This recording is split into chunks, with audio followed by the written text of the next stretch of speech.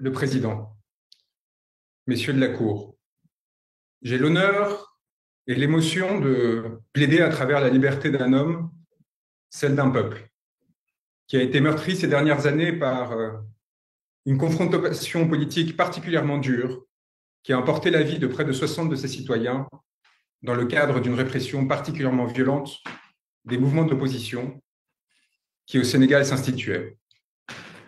La liberté de M. Sonko emporte celle d'un peuple qui souhaite, le 24 février prochain, pouvoir choisir librement et souverainement ceux qui auront à le diriger et le représenter. Elle emporte aussi les vies de 1000 prisonniers que nous considérons comme étant politiques, qui, du fait de leurs opinions, de leur participation à des manifestations, sont détenus le plus souvent sans condamnation, de façon provisoire et illimitée, du fait de procédures qui sont menées à leur encontre. Je suis venu aussi plaider l'état de droit et la possibilité pour le Sénégal, élève illustre des plus grands principes de droit international et humanitaire et des droits de l'homme qu'ont fécondé la société internationale, de se montrer à la hauteur de son histoire en libérant M. Sonko, en le réintégrant aux listes électorales et en annulant la dissolution de son parti, le PASTEF, qui a été décidé par son principal concurrent. Ces derniers temps, ces derniers jours, nous avons reçu de nouvelles informations qui n'ont pas été versées au dossier pour ne pas retarder la procédure, qui ont amené le président de la République du Sénégal à dissoudre la commission électorale afin de d'en remplacer les membres par des personnes qui le seraient plus proches. M. Macky Sall l'a décidé parce que la Sénat, cette commission électorale, avait enjoint la Direction générale des élections à réintégrer M. Sonko dans les fichiers électoraux et lui permettre de participer à ces élections. La Sénat l'avait fait parce qu'un tribunal, le tribunal de Ziguinchor, avait eu le courage, dans un contexte d'intense répression, de dire le droit et de demander que M. Sonko puisse redevenir électeur et candidat. La Direction générale des élections, sur instruction ministérielle, s'y est opposée. La Sénat l'a enjoint. Elle a été dissoute.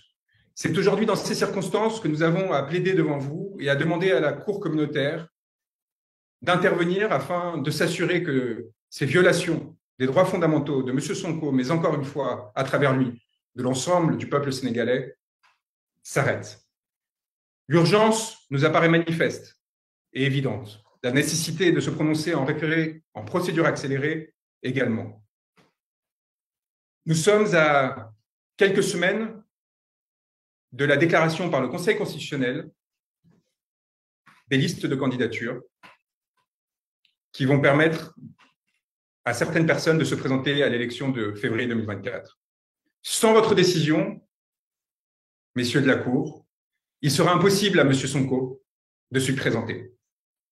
Cette urgence est aussi manifeste pour des questions humanitaires, car au-delà de la question politique et de la préservation des droits fondamentaux du peuple sénégalais, se trouve le destin et le corps d'un homme pris dans une lutte qu'il n'a pas recherchée ni souhaitée, détenu arbitrairement suite à des accusations fallacieuses, empêché d'aller et venir, empêché de s'exprimer, et dont la condition physique est particulièrement précaire.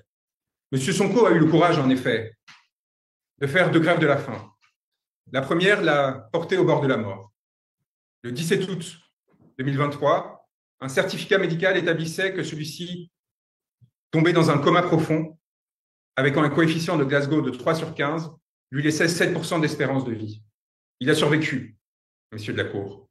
Il a survécu, et quelques semaines plus tard, pourtant, il a eu le courage à nouveau pour protester non seulement de sa condition, mais également de celle de détenues femmes, dont Falla Fleur, elles aussi détenues pour des motifs politiques.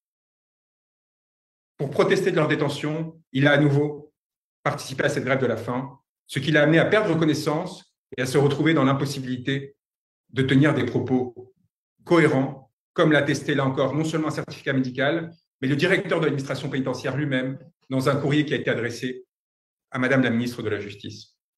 En ces conditions, c'est non seulement des droits formels qu'il vous est demandé de sauvegarder, mais aussi la vie d'un homme.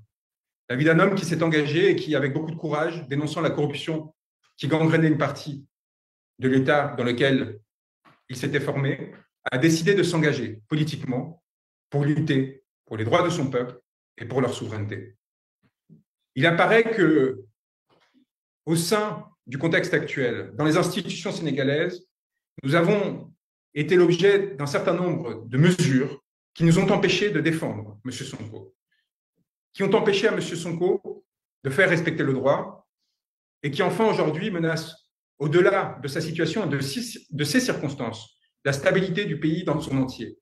Non pas car des opposants chercheraient à le déstabiliser, loin de là, mais simplement parce que lorsqu'un État cesse de respecter ses propres règles, lorsqu'un État cesse de respecter son propre droit, son autorité s'affaisse et les risques de désobéissance, de corruption et donc d'effondrement se multiplient. En faisant autorité, votre Cour, par sa décision, et en le faisant à court délai, de façon à s'assurer que la compétition électorale du 24 février 2024 puisse se dérouler en respectant les droits de chacun, la Cour peut-être participera à sauver un État qui ne mérite pas cet effondrement et dont l'effondrement déstabiliserait lourdement la région et bien au-delà le continent. Je vous remercie donc, et je veux remercier la Cour sincèrement de la diligence avec laquelle elle a accepté de recevoir la requête que nous avons préparée avec notre estimable confrère Clédor Cirelli, et nous espérons et nous vous prions d'entendant ces mots, prendre les décisions qui s'imposent, permettre à M. Sonko d'être libéré sans craindre qu'il vous soit reproché une quelconque partialité ou ingérence, car c'est au contraire pour s'assurer de la neutralité et d'impartialité du processus électoral que nous avons décidé de vous saisir. C'est donc encore une fois, et pour achever, avec honneur, avec émotion, que pour la première fois devant cette cour estimable, il vous est prié, au nom du peuple sénégalais, de rendre à M. Sonko ses droits, sa liberté. Je vous remercie, Monsieur le Président. Merci, M. Branco.